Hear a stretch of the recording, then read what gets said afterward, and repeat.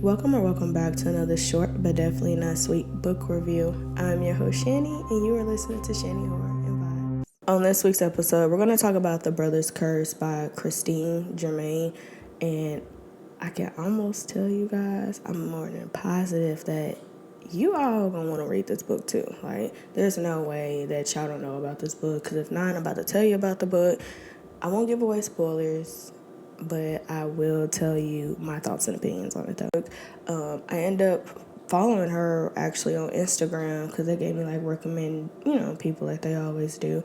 And all I seen was that she was a black woman and that she wrote horror and thriller, and I was like, that's enough said right there, like follow.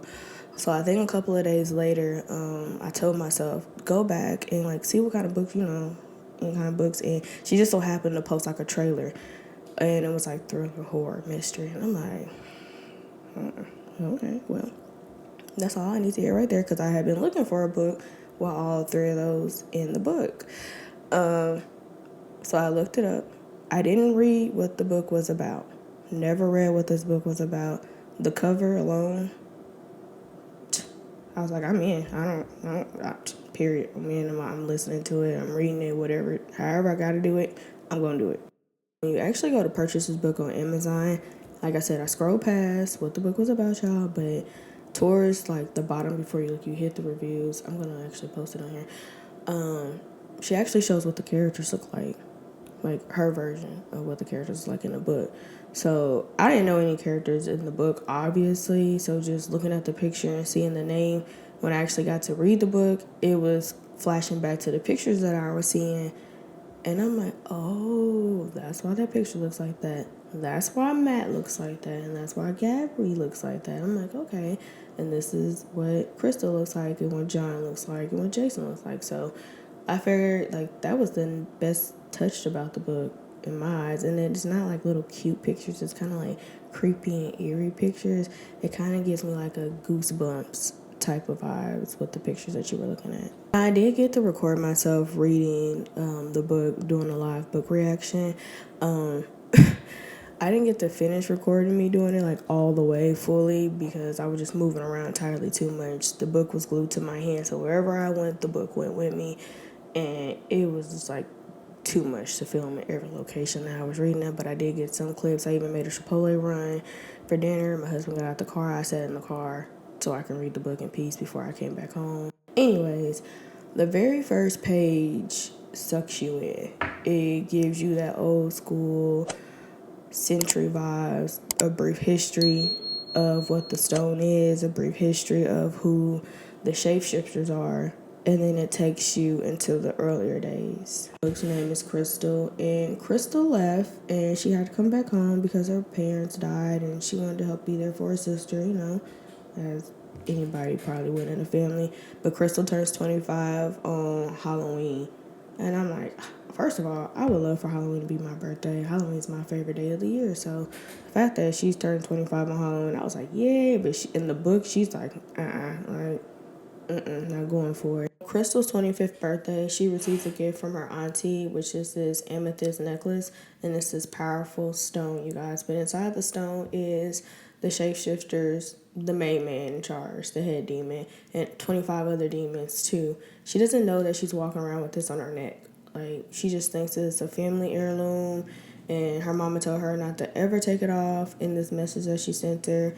And then she finds out that this necklace just ain't as sweet and innocent as she thinks it is. It's carrying something more powerful, and it's a matter of her life and death of everybody else around her. But Crystal is your final girl. She is the girl that you need to pay attention to in her story. But not just her story, is the town's story. It's history, pretty much, that she has in this book. Like I said, build your list of suspects, because you kind of get a hint of who one brother is, but they never said who the second brother is, and that's the biggest mystery. You don't know which shapeshifter is which guy, because again, they have to try to intrigue Crystal, and whoever falls in love with her has to pay the ultimate sacrifice for falling in love with her. And I didn't know the ultimate sacrifice was what I thought it was going to be something else. I mean, obviously death is still the option on the table for one of their brothers, but I didn't think it was going to be what she had it to be. Are the characters relatable in the book? Every character in the book, you can relate to somebody in that book in one way, shape, form, or fashion. There's not one character in there that you would not find relatable, or a situation or how somebody acts relatable to the book. The book is not a slow burn. It opens right up with bodies dropping immediately. No time wasted. The best part about the book, I keep saying the best part about the book because the book's good, y'all. So I'm gonna keep saying the best part about the book because is the mystery. Trying to figure out which brother is gonna fall in love with Crystal. Either is she gonna die, or is she gonna fall in love with the other brother. Also, too, trying to figure out which one of her boo things, whether it was Jason, John, or Terrence, was the other shapeshifter. From that first page, I already knew this was gonna be my book to read. Like, there was nothing more, nothing left to say. Like, I read it. She jumped right into it. She didn't waste no time.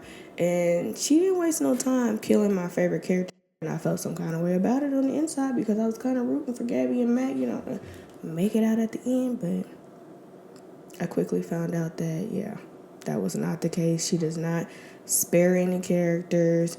You don't know who was who. You got your suspect list. And that's exactly what I did. I built a suspect list. And I guess the shapeshifter, right? At the end of the book, you can read about the author, get a brief history of her, and she said her Goosebumps and all of them was her favorite and some of her inspiration. But she's also been having this idea since she's been 12.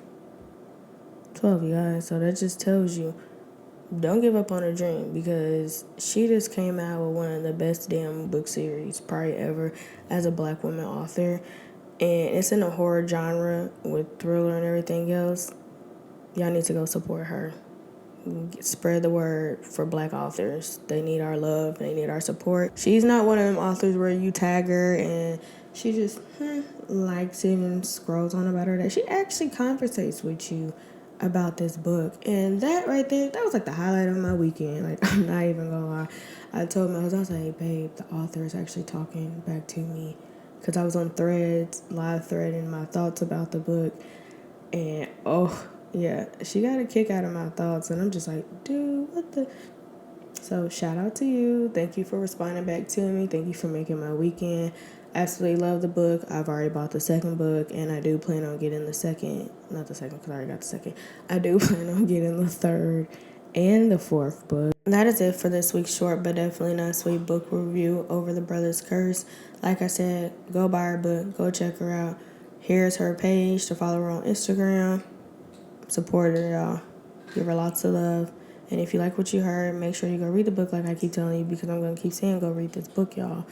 And come back and talk to me about it. What did you like about it? Did you guess who the other shapeshifter was? Because I did, and I kind of guessed on a whim, and then she was like, dang. But it was good, though. Like I said, it's hard to determine who it is, and I had my list of suspects, and I was crossing them off one by one, so that's how I figured it out. Anyways, make sure you guys like, following, and share, and subscribe to me as well, so you guys don't miss out on another book review or true crime or horror movie, whatever I decide to do, because I love all things spooky. And yeah, talk to you guys next week.